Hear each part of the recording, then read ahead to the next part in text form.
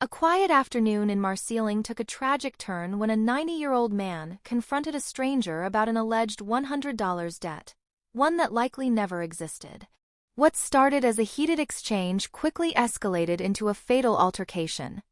The elderly man, who had dementia, ended up on the ground, suffering a severe head injury that would ultimately claim his life. But how did a simple misunderstanding lead to such a devastating outcome?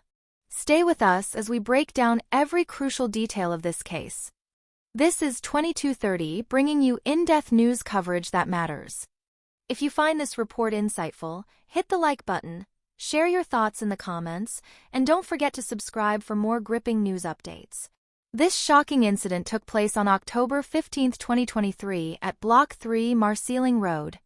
The 90-year-old victim, who relied on a walking cane, was seated at a void deck when he suddenly accused a passerby, 73-year-old Zhou Detsai, name transliterated, of owing him 100 Singapore dollars. The two men had never spoken before, yet the accusation quickly turned into an argument. As the tension rose, the elderly man stood up and swung his cane at Zhou. In response, Zhou grabbed the cane, let go shortly after, and pushed the elderly man backwards. The fall was catastrophic. The 90-year-old hit his head hard on the concrete. Shockingly, Zhou walked away without offering help. A concerned passerby later found the elderly man motionless on the ground and immediately called for help. When paramedics arrived, the victim was still conscious but unresponsive, vomiting multiple times, an alarming sign of a serious head injury. He was rushed to the hospital, where he tragically succumbed to his injuries that night. An autopsy later revealed a 19-centimeter skull fracture, the fatal consequence of the fall.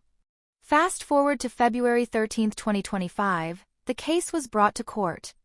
Zhou Detsai, now facing one count of intentionally causing grievous harm, pleaded guilty. The court sentenced him to 28 months in jail. This case raises serious questions. Could this tragedy have been avoided?